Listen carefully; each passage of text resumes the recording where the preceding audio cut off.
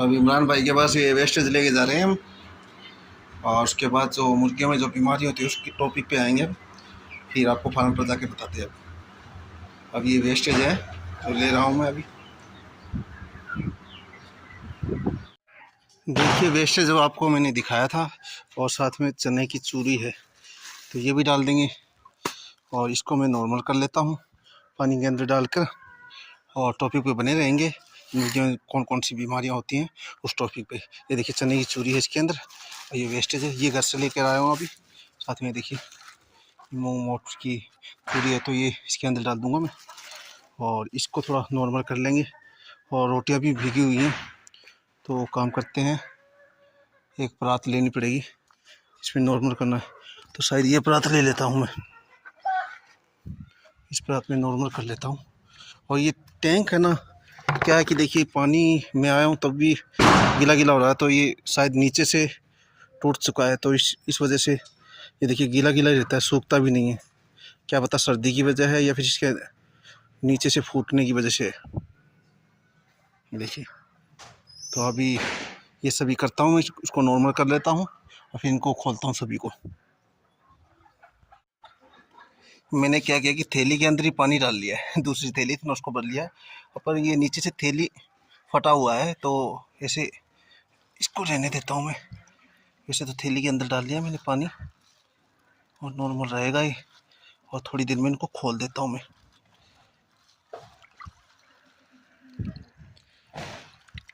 ऐसे छोड़ देता हूँ, पानी कुछ ज़्यादा हुआ है, ऊपर से टूटा हुआ है टब भी। ये देखिए पानी वेस्ट हो रहा है, तो ये नॉर्मल हो जाएगा थोड़ी देर में। और ये रोटियाँ भीगी हुई, चने वाली चूरी है, उसको दूसरी टोकरी में डाल दूंगा मैं, ये वाली टोकरी इसमें खा लेंगे। Hello guys, welcome to my new blog. तो अभी हम अपने ब्लॉग की शुरुआत करते हैं। ये देखिए मैंने चारा बना लिया है। ये जो सूखा हुआ था ना चूरा, तो उसमें थोड़ा पानी डालकर इसको भुरभुरा कर लिया है, ताकि खाने में दिक्कत ना हो। सूखा खाएंगे तो खाने में थोड़ी दिक्कत भी होती है, और मतलब इनको खांसी वगैरह भी हो सकती है, तो खाने में ज़्यादा दिक्कत ना हो। तो इसको मैंने थोड़ा वो कर लिया है, पानी मिक्स कर कर थोड़ा भुरभुरा कर लिया है, तो खाने में आसानी रहेगी। तो ये यहाँ पर छोड़ देता हूँ अभी मैं, यहाँ पे ये आराम से खाएंगे, और रोटियाँ वगैरह भी खाएंगे, और मीट है तो उसको भी खा लेंगे थोड़ी देर में। और वो टॉपिक जो है वो उसके ऊपर ही हम काम करेंगे। ये इनको खाने देते हैं, देखिए। तो अभी इनको खोल देता हूँ मैं सभी को। तो पहले खोलता हूँ मैं अपनी रानी को और हमारे सुल्तान को। क्या बात है, रानी अंडे दे रही हो या वैसे ही? अभी अंडा देना स्टार्ट नहीं किया रानी ने। रानी और सुल्तान खाते रहेंगे, या वैसे तो नहीं है आज, वैसे रोटियां वगैरह खा लेंगी। और ये जो मूंग का छिलका है वो खा लेंगे, चूरी है ना, ये खा लेंगे। तो अभी मैं यहाँ पर चाबी है, उससे खोल लेता हूँ ताला।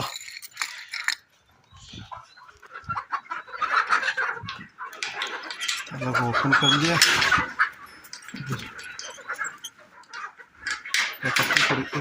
बंद कर दे। खिड़की वगैरह हटाएंगे तो सीधे कूद कर बाहर आ जाएंगे सीधा ही।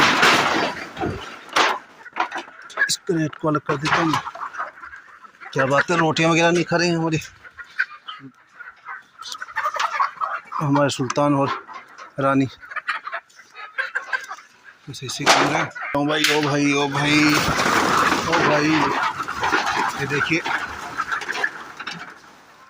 ये देखिए, ये मूंग का छिलका खा रहे हैं आराम से। लग जाएंगे अभी, उससे पहले टर्की खाने, और लगता है कि जो वेस्टेज है वो भी खाने, तो वेस्टेज भी पड़ा है, बाद में खा लें। अभी रोटियां भीगी हुई के उनके लगे हुए हैं, काफ़ी शौक से खाते हैं। और ये देखिए, ये मूंग का चूरा बड़े वालों को खोल देते हैं, जो बड़े वाले मुर्गा मुर्गी उनको खोल देते हैं। अभी इनको बाहर निकाल ही दिया मैंने, बहुत मुश्किल से निकाला, वीडियो रोक दिया था मैंने ना दिया हो। अब बड़े वाले मुर्गा वो भी मैटिंग भी कर लेंगे। गर्मी महसूस हो रही है मुझको, अंधेरी आ रही है।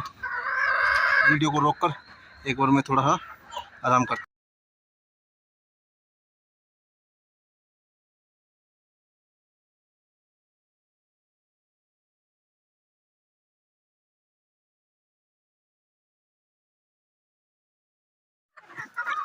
अभी जो मीट की थैली उसको मैं खोल देता हूँ ताकि ये खा ले आसानी से।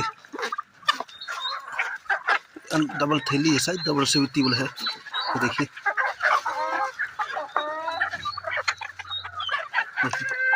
खा लेंगे अपने आप। ये देखिए और भी थैलियाँ हैं इसके अंदर, तो उनको भी फाड़ देंगे अपने आप ही। इसको मुझे फाड़ना पड़ेगा। देखिए फाड़ दिए मैंने, अपने आप खा लेंगे। ये देखिए मच्छी का वेस्टेज है, बहुत काफ़ी है, अभी खा लेंगे। तो रोटियाँ भीगी हुई हैं, उसमें पानी भी पी रही हैं साथ साथ में। तो इनके लिए आज एक पार्टी हो गई है, ये मानिए इनके लिए बहुत बड़ी पार्टी हो चुकी है। दाना नहीं डालना पड़ेगा, बाजरी शाम को डाल देंगे इनको। अभी देखिए इनको साफ पानी रख दिया मैंने, देखिए पानी शौक से पी रही हैं। पहले क्या रोटी भिगा हुआ था उसमें से खा रही थी, अब पानी भी पी रही थी, फिर वो खाली रोटियां ही रही, तो इनको पानी डाल दिया। टर्की भी पी रहा है, देखिए पानी काफ़ी साफ़ सुथरा पानी डाला है। बर्तन को धोकर साफ़ सुथरा पानी ही डालना चाहिए इनको। हाँ उधर वो मच्छी का वेस्टेज वगैरह खा रहे हैं, कुछ रोटियों के टुकड़े वगैरह हैं वो खा रहे हैं। तो आराम से घूम रही हैं मुर्गियाँ।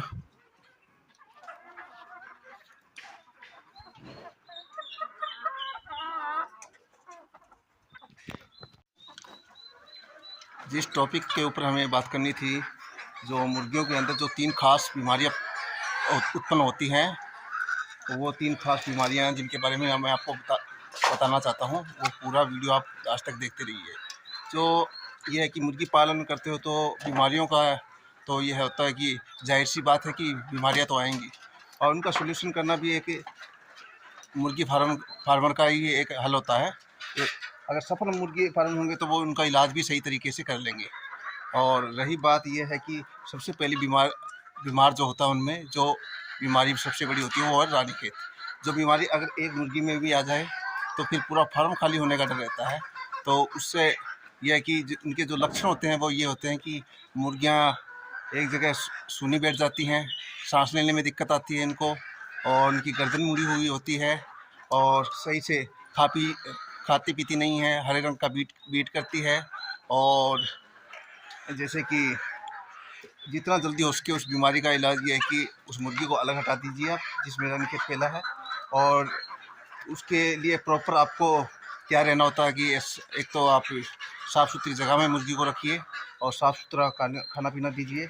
और सबसे बेस्ट ये आता है कि मुर्गियों की जो वैक्सीन होती है ना, तो वैक्सीन प्रॉपर रूप से होनी चाहिए ताकि उनको ये बीमारी का अटैक ना हो, क्योंकि ये अटैक आने से पूरा का पूरा फार्म खाली हो जाता है।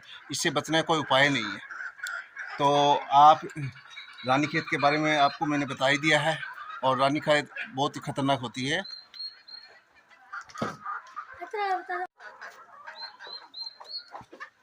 2 नंबर वाली जो इनके अंदर जो सबसे बड़ी बीमारी होती है वो होती है फॉल पॉक्स।